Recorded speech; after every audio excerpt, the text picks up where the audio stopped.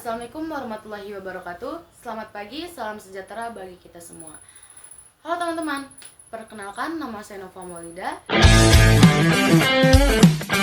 dari Prodi Manajemen semester 5 dari Universitas Primagraha. Yang terhormat Ibu Adisya Maya Andara selaku dosen pengantar bisnis internasional.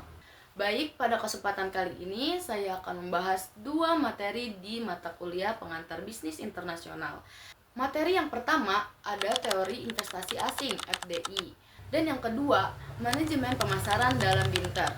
Baik, langsung saja kita bahas materi yang pertama yaitu teori investasi asing (FDI). FDI itu investasi langsung dari perusahaan luar negeri ke negara lain. Tujuan simpelnya ada beberapa, yaitu yang pertama nyari untung lebih besar, buka pasar baru, dan biar bisnisnya tidak bergantung di satu negara. FDI itu ada beberapa bentuk atau jenis-jenisnya. Ada yang buka pabrik dengan produk yang sama dengan negara lain. Ada juga yang bagi-bagi proses produksi biar lebih murah.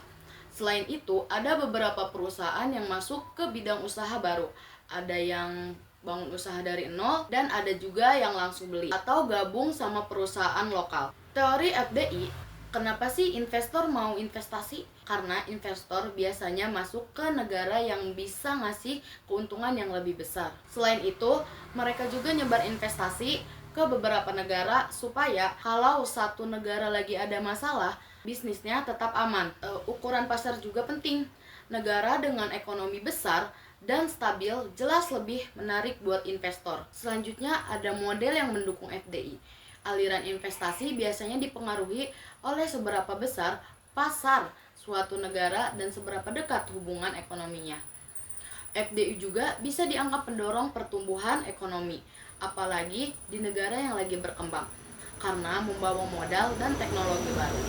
Selanjutnya ada faktor yang mempengaruhi FDI. Hal utama yang dilihat oleh investor itu adalah keuntungan, potensi pasar, dan kondisi ekonomi serta politik. Kalau negaranya stabil dan menjanjikan, investor bakal lebih yakin buat masuk.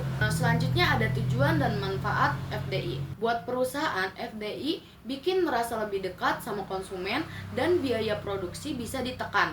Buat negara penerima, FDI bisa bantu ekonomi tumbuh, buka lapangan kerja, dan mempercepat masuknya teknologi. Selanjutnya dampak positif dari FDI, seperti nambah lapangan kerja dan ningkatin ekonominya.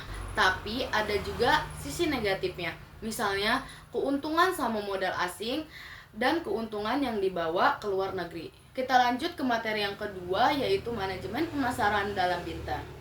Manajemen pemasaran itu intinya cara sebuah organisasi atau program menarik, menjaga, dan bikin orang percaya lewat nilai, brand, dan pengalaman. Sekarang pemasaran bukan soal jualan, tapi juga soal citra dan hubungan. Bisnis internasional adalah sebuah kegiatan bisnis yang lintas negara, mulai dari jual beli, jasa, sampai modal dan teknologi. Selanjutnya pemasaran dalam Binter itu tujuannya biar program Binter dikenal positif dan dipercaya. Caranya dengan berkomunikasi yang baik ke masyarakat dan stakeholder, bersikap profesional, transparan, dan responsif.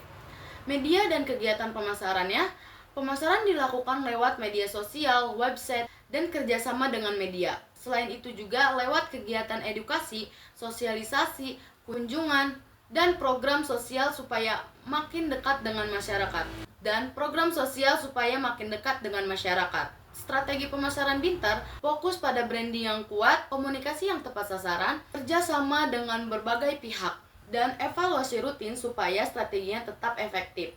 Kesimpulan dari dua materi yang telah saya bahas tadi yaitu investasi langsung (FDI) dan manajemen pemasaran dalam bisnis internasional sama-sama berperan penting dalam mendorong pertumbuhan ekonomi dan daya saing suatu negara maupun organisasi. FDI membantu meningkatkan ekonomi melalui masuknya modal, teknologi, dan lapangan kerja. Sementara manajemen pemasaran berfungsi membangun citra kepercayaan dan ketertarikan pasar. Keduanya saling melengkapi. FDI membutuhkan lingkungan yang stabil dan menarik. Sementara pemasaran yang baik membantu menciptakan kepercayaan dan reputasi positif. Jika dikelola dengan strategi yang tepat, Keduanya dapat memberikan manfaat jangka panjang bagi pembangunan dan keberkelanjutan bisnis internasional. Baik, mungkin hanya itu yang dapat saya bahas.